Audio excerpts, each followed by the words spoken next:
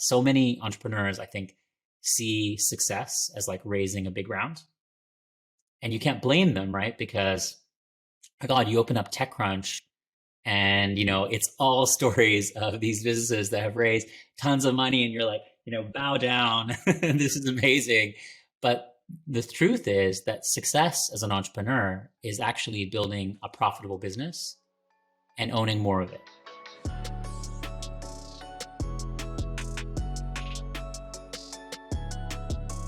We're back, folks, for another one of your favorite podcasts. You know it. You're not ROAS. And I have the money man for you today, Asher Ismail of Uncapped. Welcome to the show. Hey, thanks so much for having me. Really looking forward to the discussion. Yeah, absolutely. And I have to tell you, you probably have one of the best Instagram feeds. So I do a bunch of stalking of all my guests, and your Instagram feed is pretty fire. I have to tell you, you live a good life. You don't leave a lot of stones unturned there. It was fun to follow you and study up. I'm in Austin as always in the marketing HQ for Triple. Where does this podcast find you today? I am in London. So we're actually a fully remote company at Uncapped. So we're off in different parts of the world, living a great life in that sense. But yeah, my home base is London. Yeah, and for those of you listening, he has one of the better setups of my podcast guests. Beautiful sound, beautiful setup. You're from London, but you went to uni in Toronto, correct? Actually, the other way around. So I was originally, you might have heard from the accent, actually. I was originally born in Canada. Okay. And I came over to the UK to work for Skype. Yep. This is back in the day, and it was originally supposed to be a 12-month assignment, and it ended up being 12 years. I'm still here. So the one thing that hasn't changed is the accent. There you go. What did you study at school? I studied engineering actually. So yeah, what's funny? As a kid, I probably had the traditional parents of thinking about making sure I do something that's stable and solid as a outlook on my career, when actually really what I wanted to do was probably be an entrepreneur all the way back then. But it was a great experience to just learn some more problem solving and some things that have been really useful in my later life. But yeah, I got to live the full dream by getting to be an entrepreneur as well. How exciting. I was actually an engineering major for 2 years as well.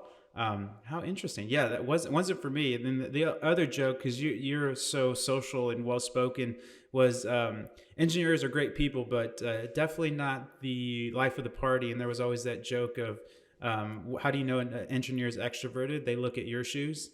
Because they're notoriously, they just look down and stuff. And so yeah, it's actually not a horrible major outside. You start to get into some pretty heavy maths and stuff where I remember doing just literally pages of one problem into some calculus and stuff. And then yeah, it wasn't for me. Man, it's impressive though. You made it through. Well done. How did you get, Yeah. How did you kind of transfer into investing? Well, it's actually been a long journey of entrepreneurship, actually. So, I did my first startup in '03, Yeah. and, it was the first time I was running a business, and I was young, and I was just trying to raise 100K. Uh-huh. And I probably had 100 meetings and got 100 no's. And, I didn't want to take financing from the banks because they all wanted personal guarantees. And, Yep. venture capital, it wasn't ideal either because I didn't have that track record or connections or like a warm intro. And so I just kept out on missing out on growth opportunities. And, I would go on then to do another business. And, when I was raising for that business, I thought I had it all figured out. And so I raised like millions in venture capital, but then I also got terribly diluted. And yeah, I just started to realize that like the options for me were just really limited. And it was just depressing to think, right, that you could work so hard and own so little of your company. And yeah, I guess, along the way I had some other experiences, but so many of my friends are also entrepreneurs and, other founders and run online businesses. And yeah, I just noticed that, it wasn't just me, all of them were facing the same challenge. And, I thought there must be a better way. So we didn't necessarily like set out to like, build another unicorn. We just set out to be like, hey, how can we solve a problem for people in our lives? And that ended up being actually, the investment model that we use today. And, so now I guess I'm an investor, but yeah, it was really thinking about how do I do something and really solve a problem with the product that I wish always existed. I love that. It's actually kind of very analogous to the Triple Whale Genesis story of Max, our co-founder, and AJ. We have three co-founders: Max, AJ, and Yvonne. But AJ ran Max's ads, and Max kind of wanted a better way to kind of see the health of his business. So I think those sometimes are probably the best way when you kind of dog food and birth into the world what you wish you would have had to kind of take some of the pain away from previous people that you felt. 100%. And I think that is actually so important actually when you're building a business, right? We always talk about like, hey, you have to spend tons of time with your customer and really understand them. And one beautiful thing is if you actually can be your first customer because you really understand that problem inside out, you have solved one of the biggest blockers of actually a startup being successful. So yeah, it's a great way to work. And yeah, I think it's been part of what helped us just grow so quickly. It's because we understood the problem, but we could give it to our friends and then they could tell a bunch more people. And yeah, I really started to use it, and it made it just take off so quickly and exponentially. I love that. And for people that don't know what dilution is or blah blah blah, we're gonna get to that in the value add segment. We'll nerd out with Asher pretty in depth. Did you close the 100K? Was it friends and family, or did you end up raising it? I did end up figuring out a way to get all the funds together. So All it worked out. right. And yeah, it was a great first business experience. Luckily, I had some amazing mentors, and Yep. actually, the person who finally said yes, because it's always about how do you get that first person to say Yeah. yes, and when you do, it opens the door to the rest, right? And the person who said yes, they were actually a philanthropist, so they probably just had a bit of pity on me. Take it how you can But get it, hey, baby. anyway, take the win, right? Take the win. Any way you can make it happen, we made it happen. So yeah, it was a great ride. Learned lots of lessons. Learned how not to run a company, and Yep. yeah, then I was able to apply that into the future. And yeah, now actually personally, I spend a lot of my time outside of Uncapped, doing executive coaching for other founders, supporting them in like their leadership and development and growth, and yeah, just trying to pass on some of the things that I kind of learned playing this game. I might have to hit you up. That's awesome. Good to know. Let me know.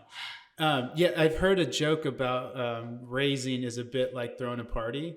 The hardest thing is getting like the first two people to commit, because every time when you get asked to go to a party, you're like, oh, well, who's coming? And they're Yeah. like, I don't know who's coming. Yet we're like, well, Asher's on the cap table and X, Y, and Z's already on the cap table. We're like, oh yeah, what's the wire? Oh, what's the minimums? Okay, cool, I'll get in. But if you're usually that first blood is always the most challenging, where it's like, oh, who's coming to the party? Well, I'm asking people, but nobody's committed yet. And you're like, oh well, come back to me when some people said yes, and then I'll come. That is a fantastic analogy. I'm going to use that because you're totally right. That is so much of the game. One of the things I talk to entrepreneurs about is that in the early days, so much of what determines your success in fundraising is either having amazing growth metrics Right. or it's FOMO, right? That Yep. fear of missing out. Oh my And gosh. it's probably a lot more the latter a lot of the time, right? And so the more you realize that, and you prepare yourself around that message, you're just much better set to be successful. Yeah. And the other interesting part of that FOMO is, and obviously you want everybody to win, but the further you get, or the more you get into emotion versus logic, because the former, like the metrics, is founded in math, right? The FOMO is founded in emotion. And so when you get into that emotional realm, I used to work for an agency, and we had some clients that were VC backed that had just basically growth at all costs, and you get into some very unique math, and we would joke around about it and call it LA math, because it's like none of this is going to work out. Like unless you get to an IPO or something, like this is crazy. You can't sell $20 bills for $10 in perpetuity, but it's just interesting. There's also a guy named Scott Galloway, a professor, and he wrote a book, and basically the lower you go down, basically starting from the brain all the way down to the genitals, like the genitals are actually better businesses because people are thinking irrationally, versus when people use their brain to make a decision, there's not as much arbitrage in pricing. That is a new one. I had not Yeah, expected to hear it's that on this actually really podcast, interesting. but Yeah, it's always learning actually something new.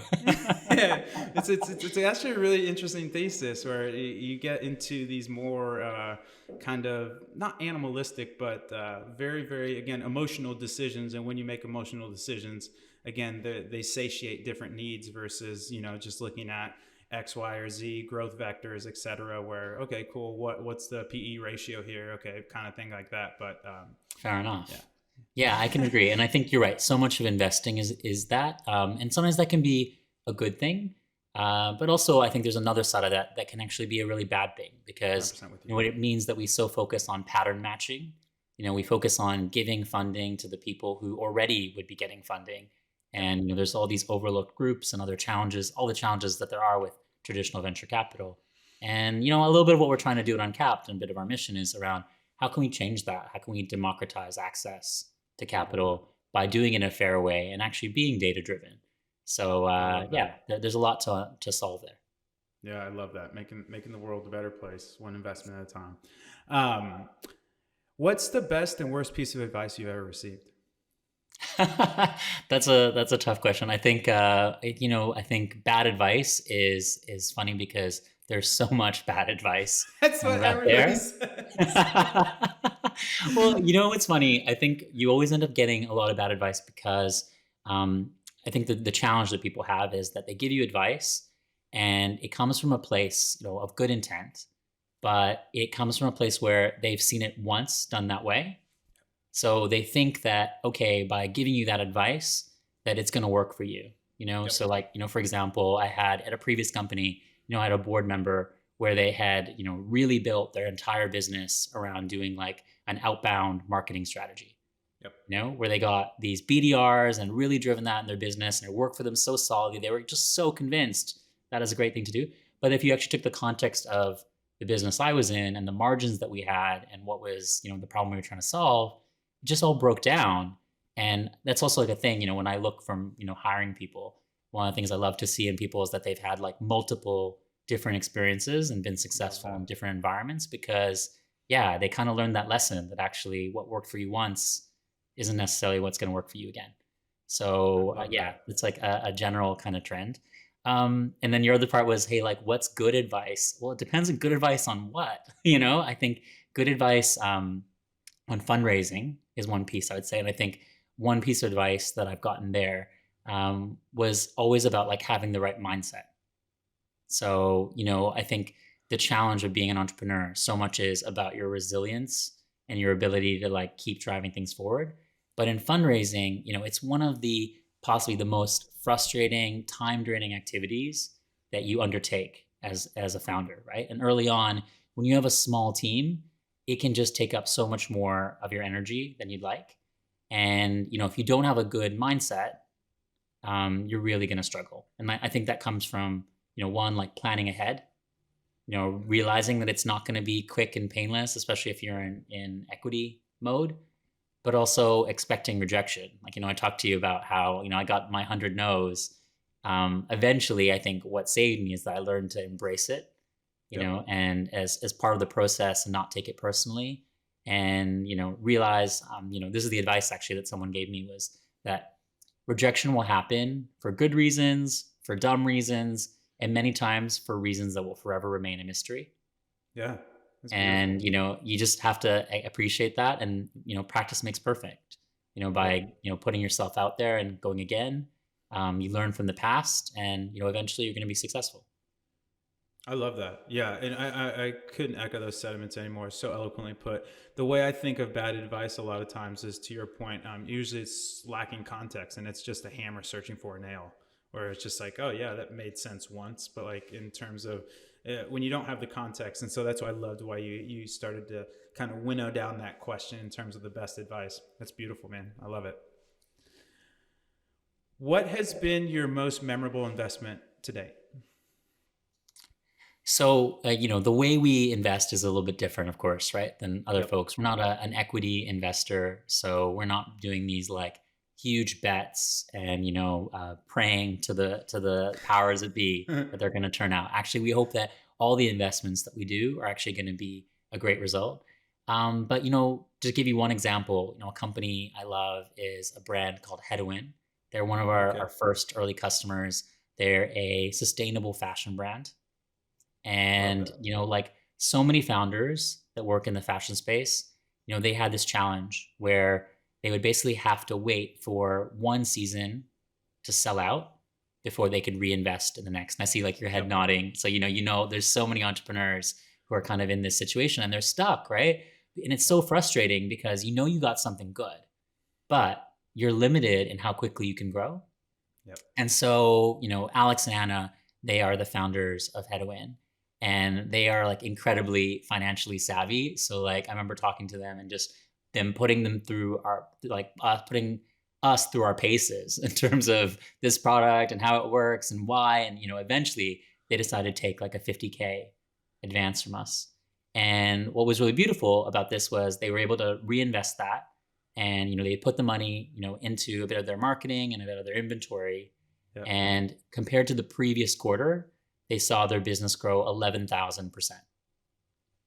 And you're like, what? That's insane, There's a right? comma in there. But basically, it just showed that you could take a business, you have the right founders, the right product, and suddenly you give them the capital that otherwise that they were lacking, and now they could unlock this incredible growth. Beautiful. And so, those are the stories we love to see, and be able to support founders, more founders like that, to be able to really reach the next level and really realize their potential. And it's obviously a challenge, but when you can get there, it's incredible. What a cool story. I love that. A couple more questions. How did you kind of skill up? And like, obviously you are super young and you have all this mastery and understanding of finances, of business, etc. Is there any resources you leaned on, any frameworks, any books that you could recommend for people trying to skill up and kind of approach your level? Or like, I basically too long didn't read. How did you kind of, what was your pathway to your mastery or knowledge acquisition? I've always been a believer in like learning by doing. Yep. And so, in my earlier days, another thing after I did my first business, it's kind of funny. I didn't know very much about finance. I remember actually being in a situation, you were talking about cap tables earlier. I remember being in a situation where an investor said to me, "Hey, can you send me a copy of your cap table? I want to make sure that it matches with ours." And I was like, what's a cap table? So what I said, why don't you send me your cap table and I'll check it versus ours. And so I Big was like, brain all right. moves. I was like, oh, I got it. I was like, oh, this is what a cap table is. So, at the early days, like this is a long time ago. This is, in 2003, right? Where there wasn't the level of resources. There wasn't people, doing podcasts about how to build your company, right? So getting knowledge was very painstaking of like pulling it together and finding the info.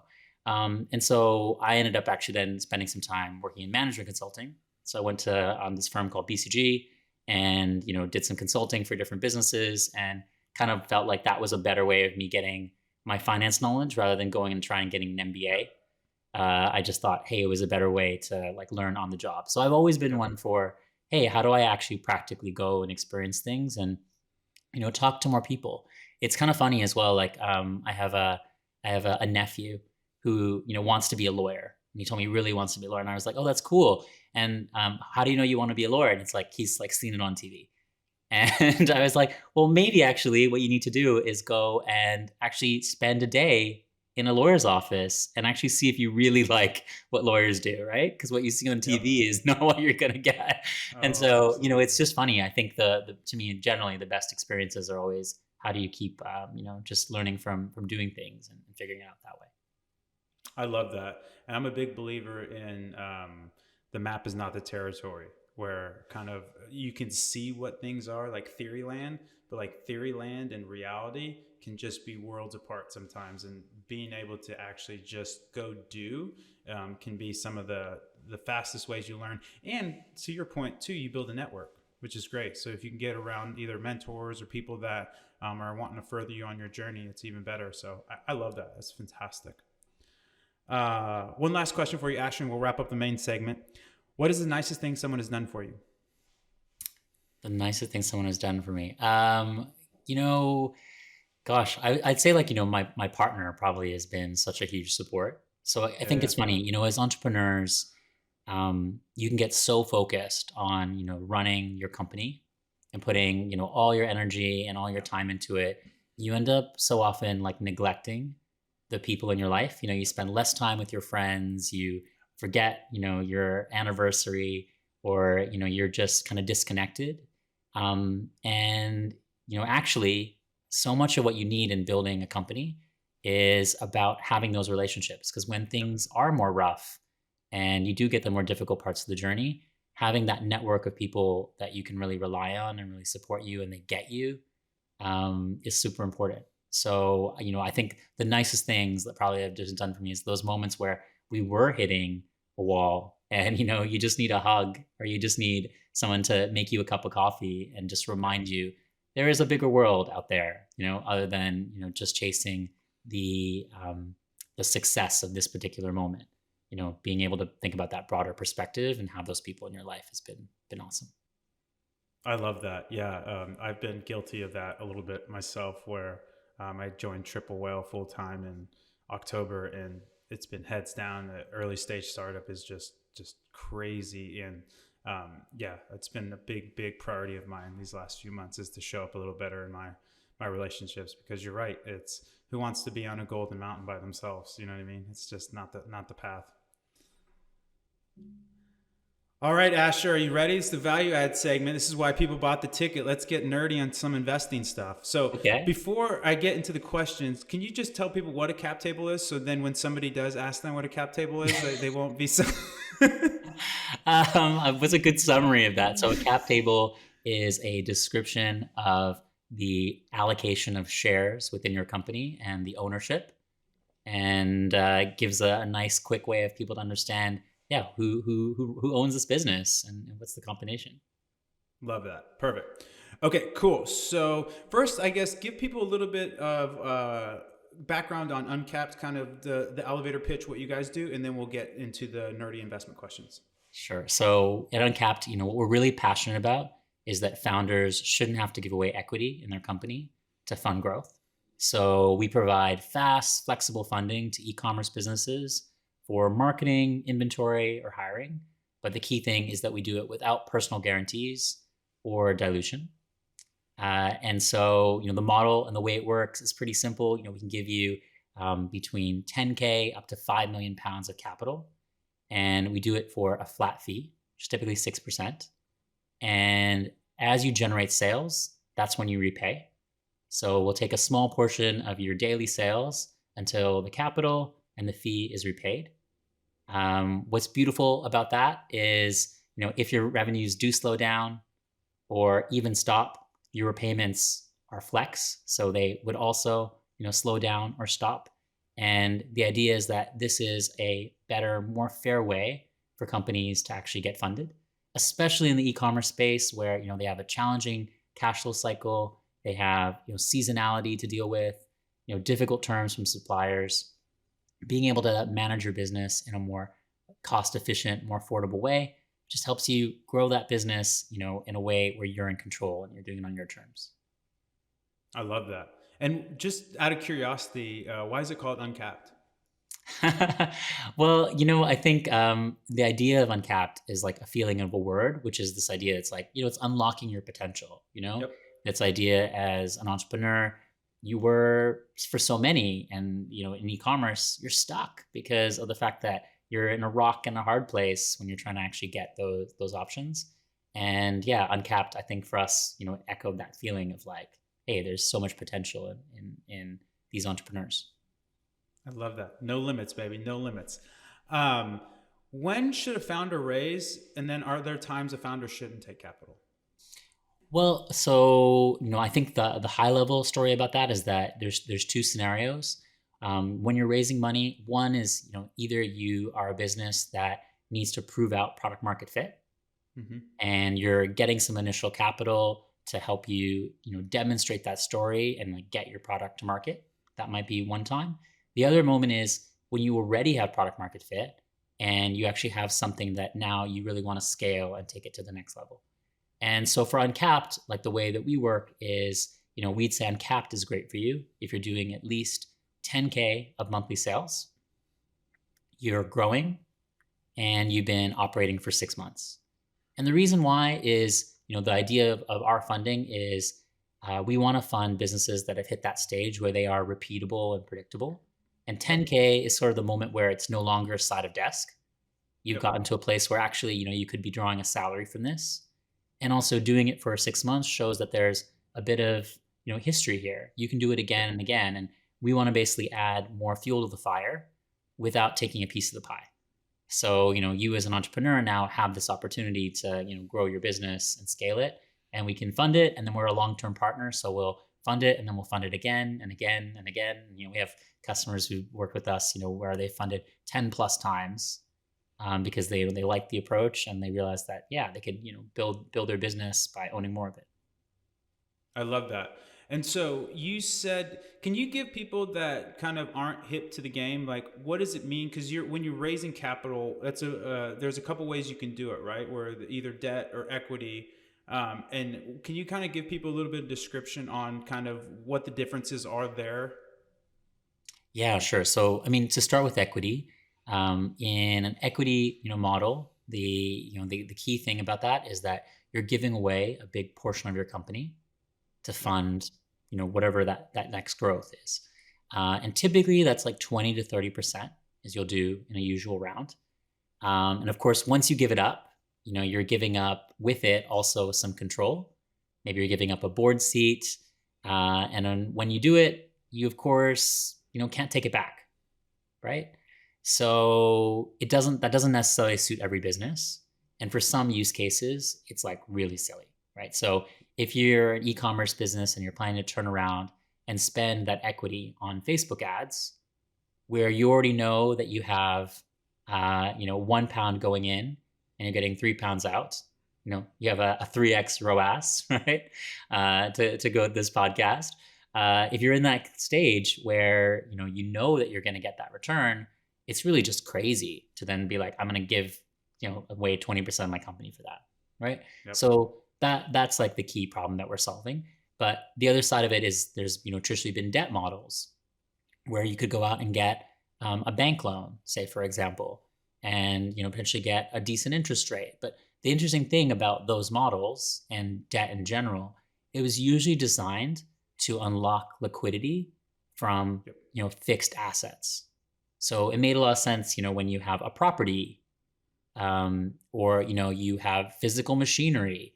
But, in an online e-commerce world, most of us, we don't have that.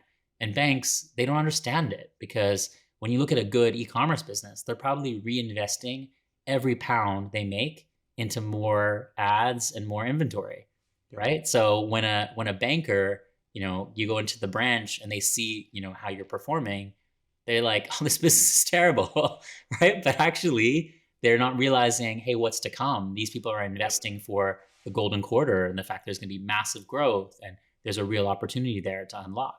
So, what we've designed is this new funding approach where it's specifically tailored for e-commerce, where it matches that cash flow cycle. It's not about just what you're doing today, but it's about what we think you're going to be able to do next, because we look at these businesses every day and we can really design a funding solution that matches the cash flow cycle, but also really matches the broader needs of that business. So yeah, that's kind of at a high level where we saw a gap and, where we've been able to work. I love that. You're like a walking textbook. It's incredible. You keep using this word dilution. Can you explain to people what that means? And so kind of like an example. So I start a company and I have 100 shares of my company, and then I go raise. And so I raise and give Asher 20 shares, 20% of my company. And then what does that mean as I continually raise in dilution? Can you kind of color that in for people? Well, the example you gave is already really good. It's basically the idea of dilution is that you own less of your business, right, at each stage. Yep. And, progressively, if you think about it, if you're giving away 20 to 30% at each stage, you keep going. And, the stat is that founders, at exit typically own less than 15% of their company. It's crazy, right? So, if you are playing the game that way, you can expect, it's probably a very different outcome from what you thought maybe at the beginning. Yep. And I think, I probably didn't understand that game until, I really built, my second or even this third company of really understanding the mechanics of how it works. Because, the first time you're signing a deal with a VC, gosh, you're like just happy to get any deal, right? And they have obviously in your life, how many deals will the typical founder actually sign? Like maybe if we're really lucky, like a handful, right? Right. But a VC, they do that every day, right? Their job is negotiating these term sheets and these deals, and there's so much more complexity to it, which is not just about how much equity you're giving away, but also Yep. like what's the liquidation preference? It's the Yep. idea that actually, even if this company sells, it's going to be the investors who get paid back first. So it could be working out depending on how you've structured your rounds that, it could be really hard for you to make a return on your business. And so just things that you start to pick up, as you go through the game.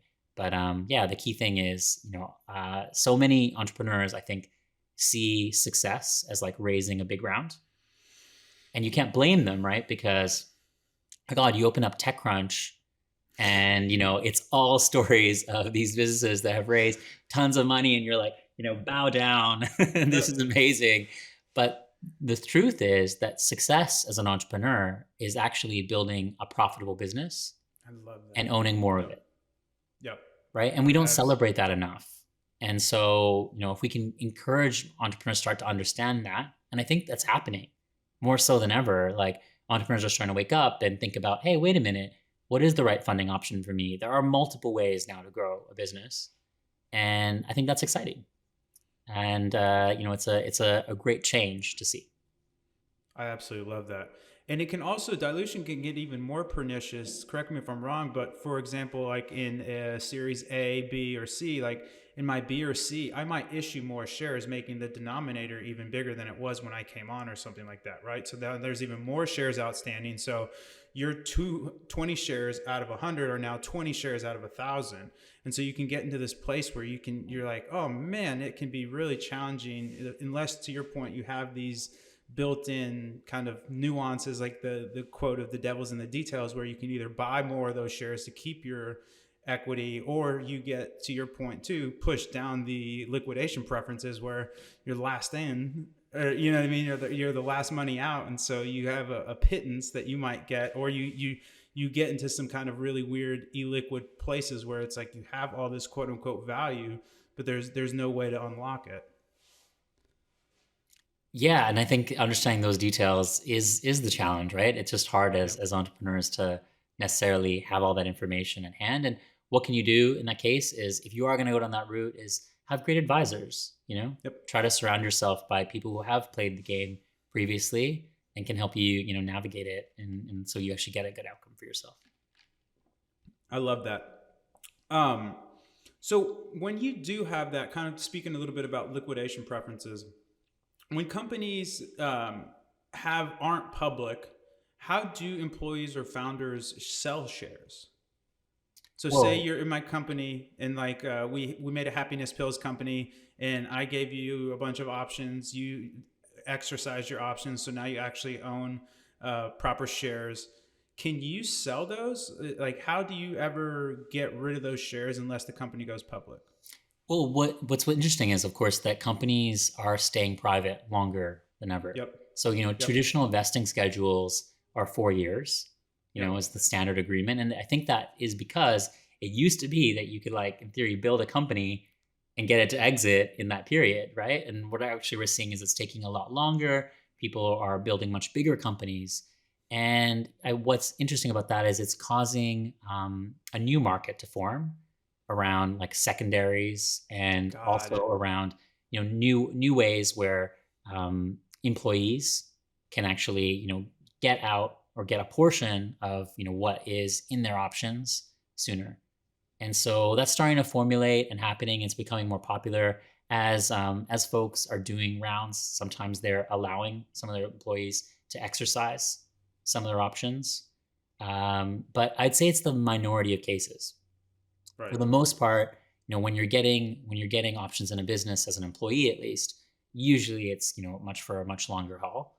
And for Yep. founders, there are times if you're doing really well as a business, might have the ability to negotiate being able to do a secondary as part of your round, but it's not a given for sure. And I think if you're planning for that structure, you're probably going to have investors asking some questions too, Why you because want they to also want exit? to see that you're really committed in the longer term. Not to say that you can't do some of that, and I actually would recommend that to entrepreneurs, is Yep. to do a bit of secondary at every round if you can, because it's a good way to actually take some risk off the table. Yep. And that enables you to actually take bigger risks because, if you know that you have this nest egg aside, your mortgage is paid off. Now, when that moment comes and you have the chance to like say, hey, should we go really big? You actually have the confidence to go and do that or not to sell out early. So I think can be some really good things and great ways to position that, to a potential investor around it. At Uncapped, of course, we're not dealing in equity, so we don't, typically deal with people's liquidation preferences or secondaries or any of those things. That's less relevant to us. And what is more relevant to us is, the running of your business every day. Yep. We try to we connect to like the data sources that you use to run. So it's not like we're asking you to do your pitch and come with your business plan. We're asking you to connect, what you already use to run the business, like whether that's your Stripe account or your Shopify, your Google Ads. And we're able to use that data to basically make a data-driven decision about, who to fund and how much capital they're available. And we can also, do it really fast because it is done in a more, online way. And typically 24 hours is like the timeline to fund. So a really different world from VCs where you're going to be negotiating term sheets and all that complexity. Like our agreements also are like 6 pages. Yep. So they're written in plain English. I wrote most of the lines myself, and I wrote it in a way where I could give it to my friend and they would feel comfortable signing it because that's what I wanted. I didn't want to feel like, oh, you need to have a lawyer and like a team of people around you to hold hands and be able to understand what is this that you're getting into. So, I think there can be another way to make it happen. Yeah, I love that. And I think that's exactly what you talked about at the beginning of the show, where raising is very, very arduous. And for a small company that has very limited resources, it could start to take away from the value generation of that company. And so with you guys, you can just kind of get in, get out, get your check and start printing more money. I think that's really cool. Yeah, it's actually just gives you more time to spend what you actually want to do as an entrepreneur. Yep. Like, I want to spend time with my customers, working on my product, growing my business. But, there were times where I felt like I was spending, 3 to 6 months of the year just being focused on, how do I get the next set of capital? So 100%. all that time is time, being spent actually, building your business. I love that.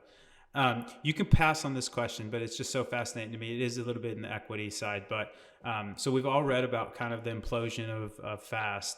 How does that happen? And like, what do you think went wrong in your opinion there, where they raised just a boatload of capital and basically 12 months ish later, kind of the whole company just folded? Yeah, I mean, that is a really crazy situation just to see how limited their revenues actually were. I think everybody was shocked to be like, what happened there?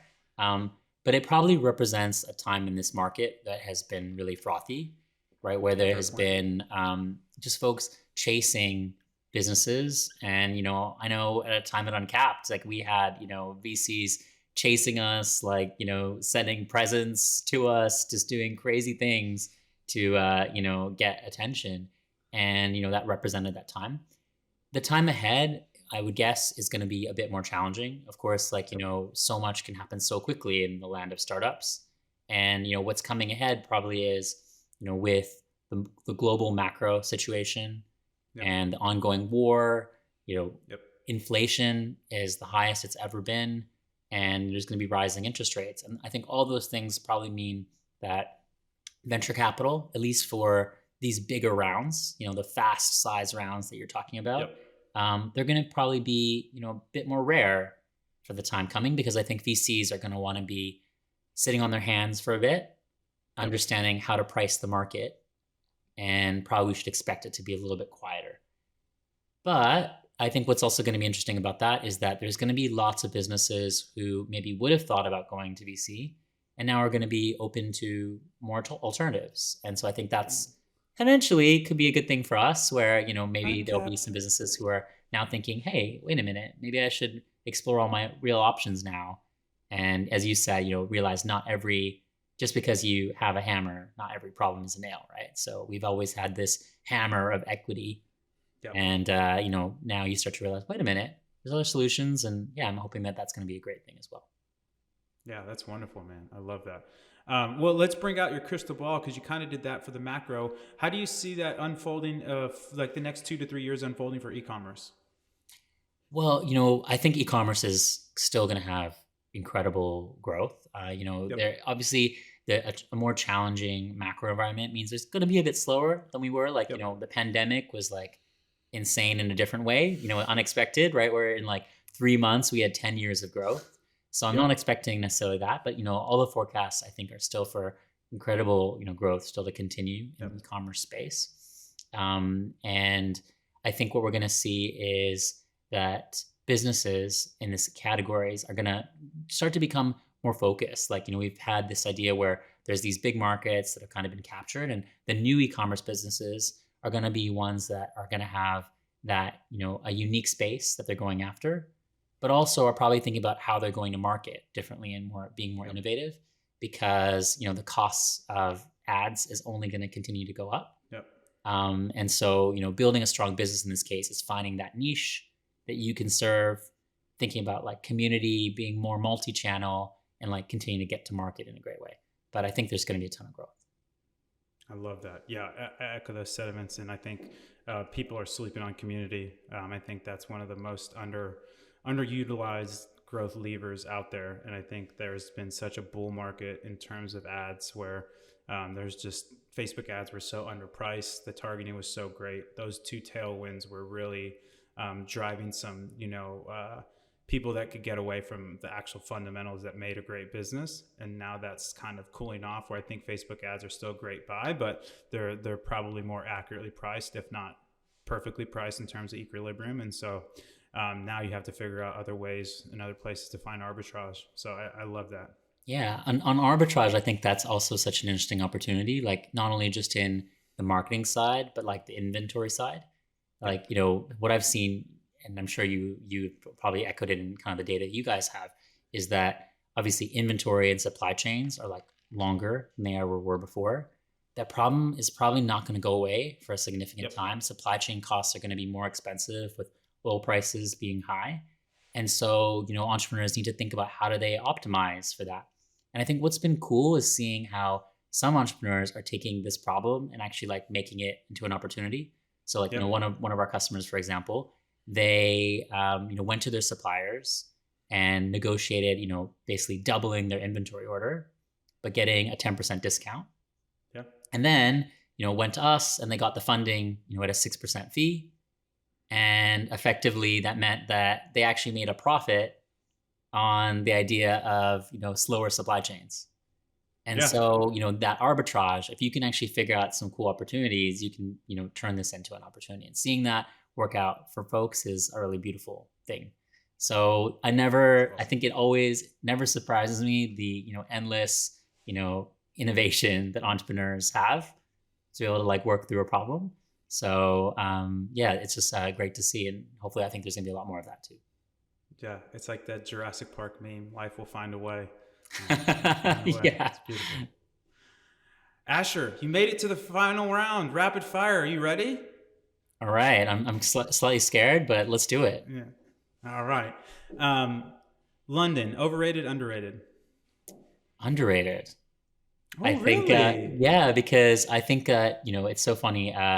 There's there's one cool people in the world who think, hey, if you're bored of London, you're bored of life, right? Because there's like an endless set of Oh, that's a things. good line. But That's a then good there's line. also another movement of being a Londoner where you notice that people just leave London. There is a constant, one of the most challenging things about London is that there's a constant stream of people moving on and moving to other places. So that's where my underrated comment comes from.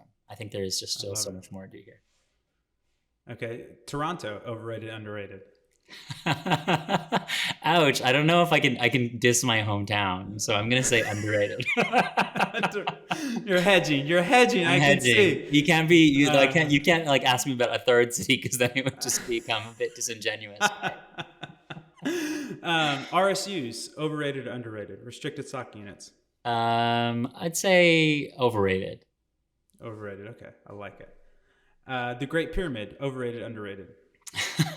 So I visited the Great Pyramids. I'm guessing you've done your I've Instagram done my homework. research. Yeah. Um, you know what? I'm gonna say something challenging. Say maybe overrated. What was Yeah. funny Yeah. about the pyramids is that in my mind as a kid, it had been like this lifelong ambition to go and see the pyramids. So it was really cool. I mean, it was a really great experience. But I think within Egypt, whereas where I got to spend my Christmas, there are so many other amazing temples and sites that to be honest just aren't we aren't as knowledgeable about. And I think Yep. seeing some of those really like blew my mind. And so I think there's so much more to do other than the Great Pyramids. Not that they aren't amazing. I love that. I think for me, the biggest kept secret is for me in specific, you don't realize they're basically right in Cairo. There's a highway that goes to them and nobody takes the other angle, right? It's only the angle where you don't see the huge metropolis behind it. And you're like, oh, and it was very unique when I found that. I was like, really? Because in my head too, it's on the bucket list as well. But I thought it's in this like super remote desert that you have to take, 4 runners to or something like that. And you're like, no, you just hop on the highway from the capital. I was surprised by that too, to see that outlook Uh, and see, I don't know, see the KFC, next to the across from it. I think, and there's like Capitalism a there's finds a like a way. Pizza Hut that has like a really great view of the pyramids. So you're like, this is all very surprising in its own Yeah, way. But absolutely. yeah, it's you never get, you learn new things as you go to new places. Oh, that's perfectly put. Raising capital, overrated, underrated. I think overrated because I think, as I said, there are so many entrepreneurs who really do believe this idea about, raising capital is the symbol of success. Yep, And actually, I really think it's about building a profitable business. So I think the more entrepreneurs that are thinking about that, the better. I love that. NFTs, overrated or underrated? Uh, I'm gonna say overrated. I Oh, haven't okay. gotten my first NFT yet, to be honest. No, So maybe yeah, I'm yeah. not the expert to discuss that particular topic. But yeah, I don't know. I think that market still has a lot to develop in. Yeah, I love that. Entrepreneurship, overrated, underrated. Hmm. I think like underrated, I'd say. I think, yeah, Interesting. I think, the thing about this is that, entrepreneurs are the people that when you think about it are actually going to solve our biggest challenges. So whether Yep. that is with what's happening with the economy, what's happening with the climate, or, the current, the current state of most affairs are problems that are solved by entrepreneurs. And often we don't think about it in that way, Yep. and depending especially what part of the world you're in, they can have Yep. really different views to what being an entrepreneur is. I think from my parents in the early days, they thought of being like entrepreneur was like, hey, you just want to get a job, like like you should just go get a job, Yep. get off your ass, get a job. And it's like, no, there's a bigger thing. So to me, I'd say underrated because yeah, there's just so much more to entrepreneurship and what it can achieve. I love that. Favorite meal and why? Favorite meal that I've ever eaten, or favorite meal that like I would have. Either or, either best meal or most frequent. You can choose.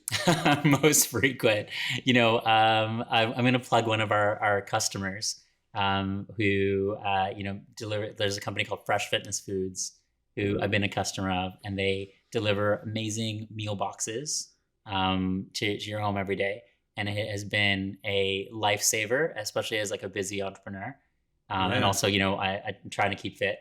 And so, one of the things I started to neglect in life was having enough time to just eat properly. I was started getting my calendar condensed to 15-minute slots where I had to go and 100%. scramble to have whatever I could get. And so, I just love that, they're a great supply of good food that, keeps me nourished and, yeah, probably helps me get my job done.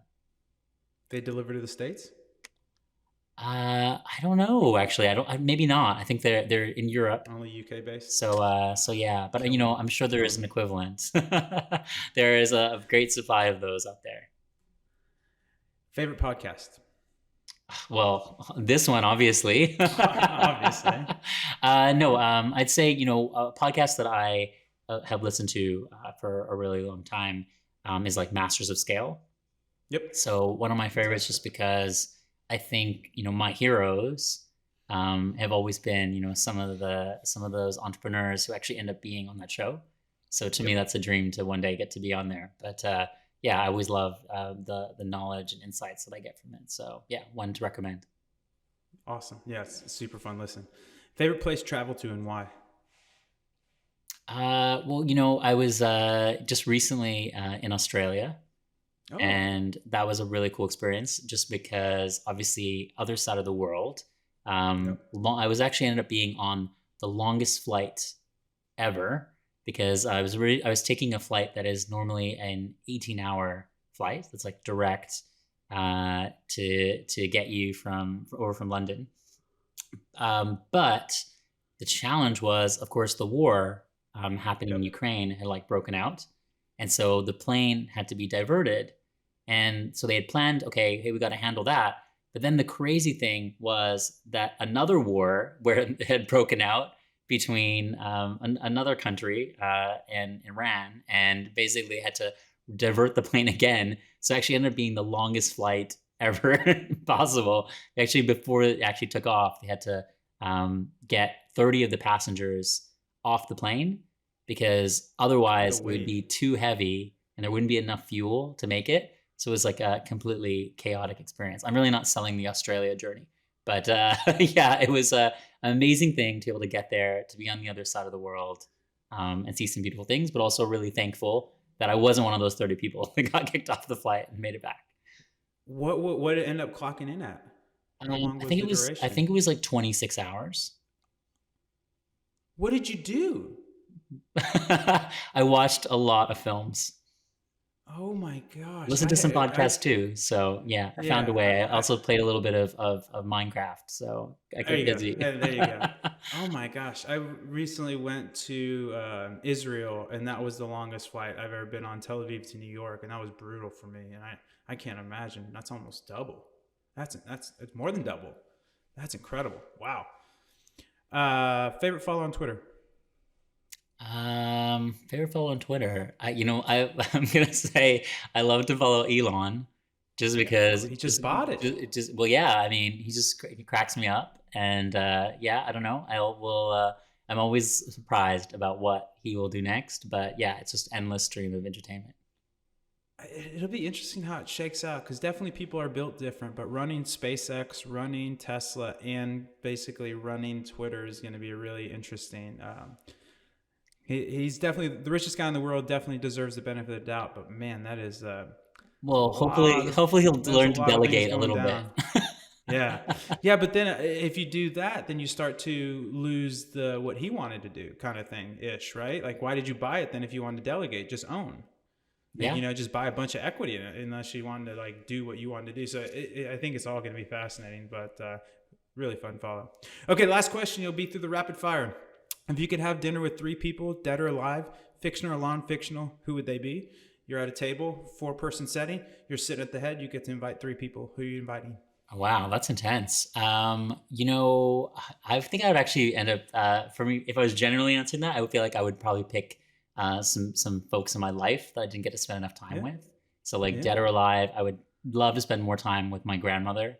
Probably was yep. like the inspiration for a lot of my entrepreneurship tendencies, and like Love it. my my family is from East Africa originally, and Oh, cool. they were there at a time where they used to own all these different convenience stores. Yeah. And there was a war, unfortunately, where there was a guy named Idi Amin who kind of kicked everyone out of the country, and they had to immigrate. And that's how we ended up in Canada.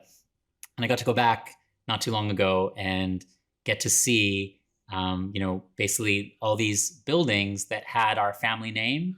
It was kind of like the sign had been like ripped off, but you could like see the outline of like what they had built. And I had no idea, and I didn't realize this when my grandmother had passed, and how she had actually been such a driving force behind creating all that empire. So That's yeah, I think amazing. some of that entrepreneurship like came from her. So she'd be one person I'd love to hear the story of how she did it and what happened. So one Love person it. on the list. I think another, just in terms of like continuously like fascinating me. I ended up for a short period because I worked at Skype. We got acquired by Yep. Microsoft, and Yep. Satya Nadella became the CEO. Oh, And I think he is brilliant someone guy. which is a strange company to think about because Microsoft as a stock was like completely flat when I got you were talking about employee equity. I got my employee equity from Skype. And literally the first thing I did was like, okay, I invested, I'm out.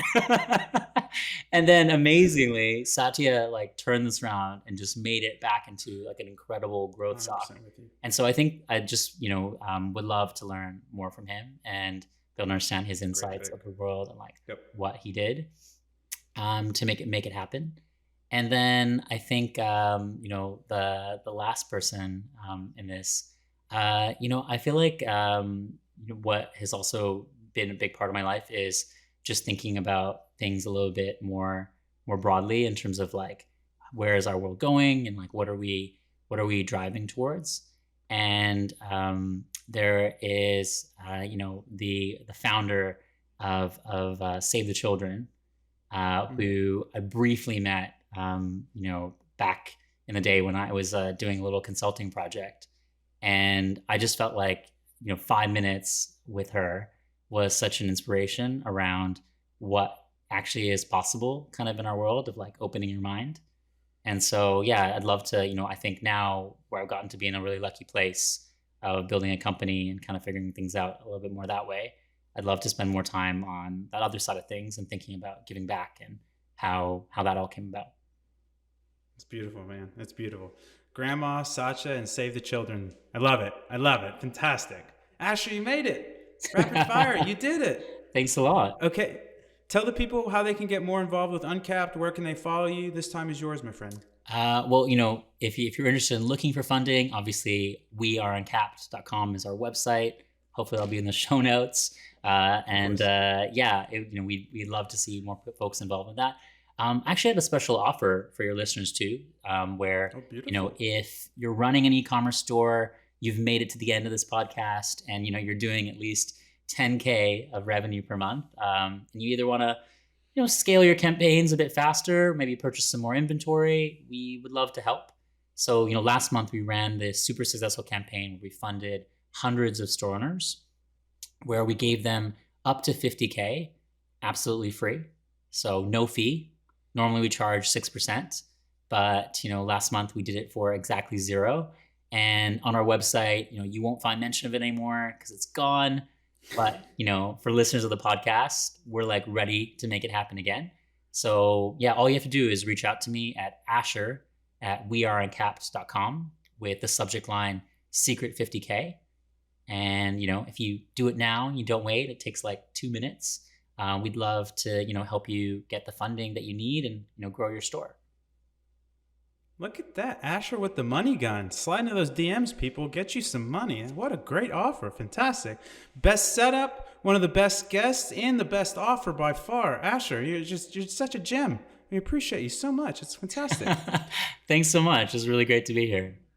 Yeah, thank you so much for your time. And if you do want to go get more involved with Triple Whale, it's trytriplewhale.com. We're also heavily involved on the Bird app at Triple Whale. And then we also have a fantastic newsletter that goes out every Tuesday, Thursday called Whale Mail. You can subscribe right on our Twitter profile page. Asher, thank you so much, man. If you ever come out to Austin, give me a shout. We'll grab a beer, grab some dinner. I need to get on your little fitness regiment and get some of those meals, man. You look fantastic. And I need to step it up, and I also need to show up in more of my relationships. You've inspired me in so many ways, not only business. So thank you so much for taking the time today. Oh, thanks so much. Really great to be here. Talk to you soon. Awesome, folks. That's 37 in the books. We'll see you guys on the flip.